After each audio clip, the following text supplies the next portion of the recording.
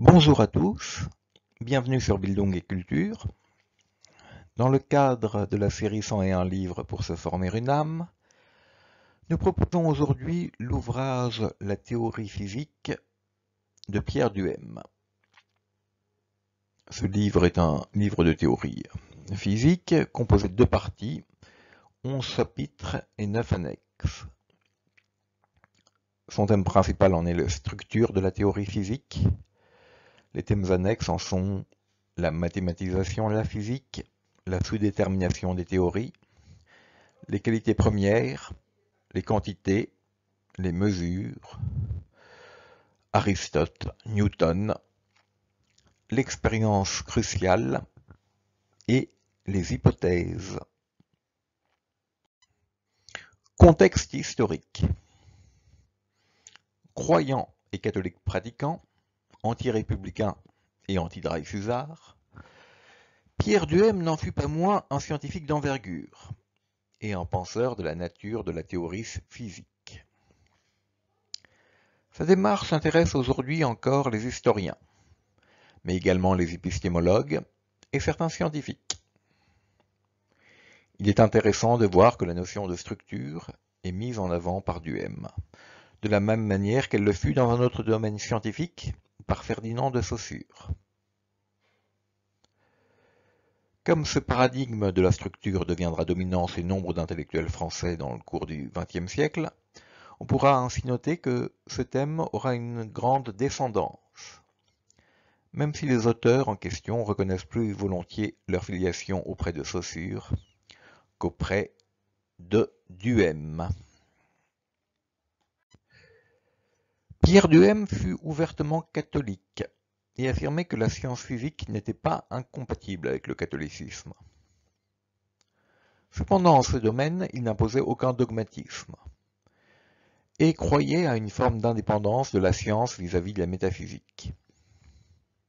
Il disait de ce fait « Ce que j'ai dit de la méthode par laquelle procède la physique, de la nature et de la portée qu'il faut attribuer aux théories qu'elle construit, ne préjuge rien des doctrines métaphysiques ni des croyances religieuses de celui qui accepte mon dire. Au progrès de la science physique, tel que j'ai essayé de la définir, le croyant et l'incroyant peuvent travailler dans commun accord. »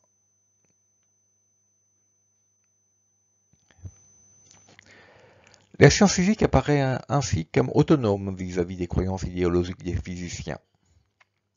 Une telle conviction peut naturellement être critiquée, en particulier par tous ceux qui considèrent les jeux troubles entre la religion et l'idéologie en général avec l'inconscient, et donc à tous ceux qui sont attentifs au discours marxiste ou freudien. Cependant, Duhem, en proposant une structure de la théorie scientifique, entend montrer que la difficulté rencontrée par la science ne tient pas à des problèmes externes, mais que le propre de la science, c'est d'être habité par un doute dont la structure scientifique nous donne les raisons. Pourquoi lire ce texte aujourd'hui? À une époque où on déplore un certain désintérêt des élites pour la science, il vaut par exemple mieux faire une école de commerce qu'une école scientifique de nos jours, et si vous avez la mauvaise idée d'étudier la science, il faudra parachever vos études par un MBA pour réussir dans la vie. Ce qui conduit à une certaine crétinisation des classes dirigeantes. Il n'est peut-être pas inutile de se demander comment fonctionne une théorie scientifique. Cela possède une utilité double. Cela permet à la fois de savoir comment se compose une théorie, et cela permet de la critiquer de façon plus pertinente. L'un des points mis en avant par Duhem qui semble le plus intéressant est celui de la compréhension de l'expérience. On distingue d'ordinaire l'expérience quotidienne de l'expérience scientifique, et Duhem reste sur cette ligne. Cependant, il considère que l'expérience scientifique est également une interprétation. L'expérience scientifique consiste à poser une question à la nature. C'est là une expression généralement admise. C'est entrer dans un espace de dialogue qui peut être compris comme inquisitorial ou non. Comme on le sait dans le dialogue, c'est celui qui pose la question qui est maître, et celui qui répond qui est le serviteur. Mais cela ne signifie naturellement pas que le serviteur soit privé de ressources. Cela veut dire que ce n'est pas à lui de conclure. Mais comment conclure, justement? On conclut, nous dit Duhem, en interprétant. L'expérimentation scientifique est une interprétation. On peut alors être surpris de l'usage d'un terme à connotation religieuse. Pourtant, Duhem insiste sur le caractère de foi inhérent à l'interprétation scientifique.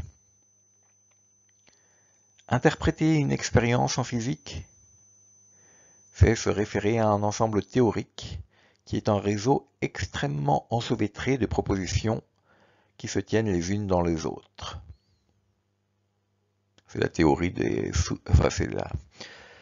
l'exposition de la théorie des sous-déterminations des théories, dite Duhem-Quine, puisque ça a été repris par ailleurs par Quine.